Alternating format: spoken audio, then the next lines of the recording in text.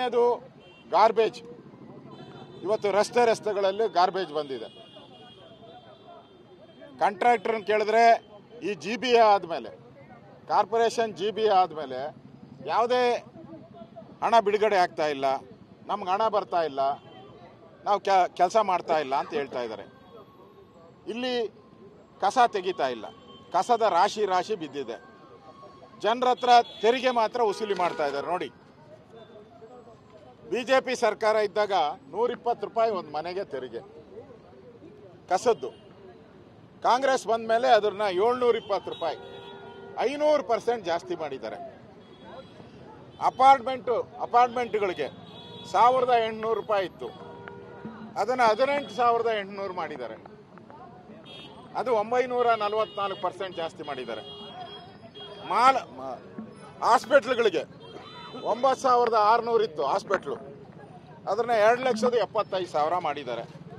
Vacant site 3,600 ಇತ್ತು, ಅದನ್ನ 67,000 ಮಾಡಿದ್ದಾರೆ. ಅಂದರೆ ಇಷ್ಟು ಗಾರ್ಬೇಜ್ಗೋಸ್ಕರ ಕೋಟಿ ಜನಗಳ ಹತ್ರ ತೆರಿಗೆ ಕಲೆಕ್ಟ್ ಮಾಡಿದ್ರು ಕೂಡ ಗಾರ್ಬೇಜ್ ಮಾತ್ರ ಕ್ಲೀನ್ ಆಗ್ತಾ ಇಲ್ಲ. ಇದು ಗಾರ್ಬೇಜ್ ಸಿಟಿ ಆಗೋಗ್ಬಿಟ್ಟಿದೆ. Bengaluru become the garbage city, pothole city. ಇದು ನಾನು ಹೇಳ್ತಾ ಇಲ್ಲ, ಇಡೀ ಪ್ರಪಂಚದ ಜನ, ಇಡೀ ಭಾರತದ ಜನ ಹೇಳ್ತಾ ಇದ್ದಾರೆ.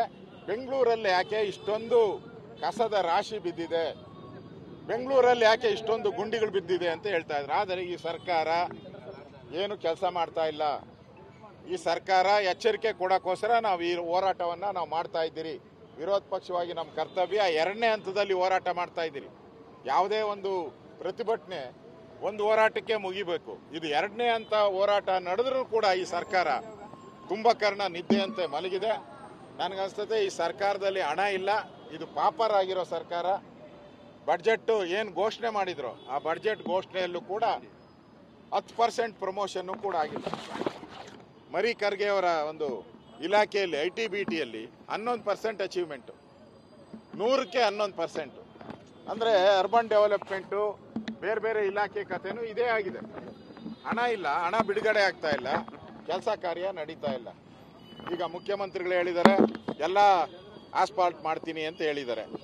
ಈಗ ಮುಖ್ಯಮಂತ್ರಿ ಒಂದು ವಾರ ಗಡುವು ಕೊಟ್ಟೆ ಏನೂ ಆಗಿಲ್ಲ ಅಂದರೆ ಇನ್ನು ನಾನು ಆಸ್ಫಾಲ್ಟ್ ಮಾಡ್ತೀನಿ ಅಂದರೆ ಯಾರು ಜನ ನಂಬ್ತಾರೆ?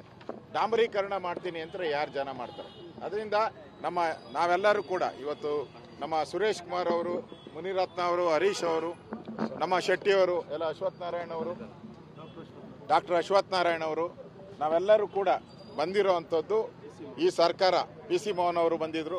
ಈ ಸರ್ಕಾರ ಕೂಡಲೇ ಎಚ್ಚೆತ್ಕೊಂಡು ಈ ಗುಂಡಿಗಳನ್ನಾದರೂ ಮುಚ್ಚಿ, ಜನಗಳು ಇದುವರೆಗೂ ಸುಮಾರು 12 ಜನ ಸತ್ತಿದ್ದಾರೆ. ಬೆಂಗಳೂರು ಒಂದರಲ್ಲಿ 12 ಜನ ಸತ್ತಿದ್ದಾರೆ. ಅವ್ರ ಶಾಪ, ಅವ್ರ ಮನೆಯವ್ರ ಶಾಪ ನಿಮಗೆ ತಟ್ಟದೆ ಬಿಡಲ್ಲ.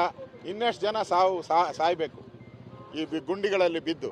ಅದನ್ನು ಇಮಿಡಿಯೇಟಾಗಿ ಮಾಡಿಲ್ಲ ಅಂದರೆ ನಾಳೆಯಿಂದ ಮತ್ತೆ ನಾವು ಎಲ್ಲ ಕಡೆನೂ ಬೇರೆ ಕಾನ್ಸ್ಟಿಟ್ಯೂಯನ್ಸಿಯಲ್ಲಿ ಕೂಡ ಇವತ್ತು ಒಂದೇ ದಿನ ಅಲ್ಲ ಹೋರಾಟ, ನಾಳೆಯಿಂದ ಮತ್ತೆ ಈ ಹೋರಾಟ ಎಲ್ಲ ಕಡೆನೂ ಕೂಡ ಪ್ರಾರಂಭ ಆಗ್ತೈತೆ.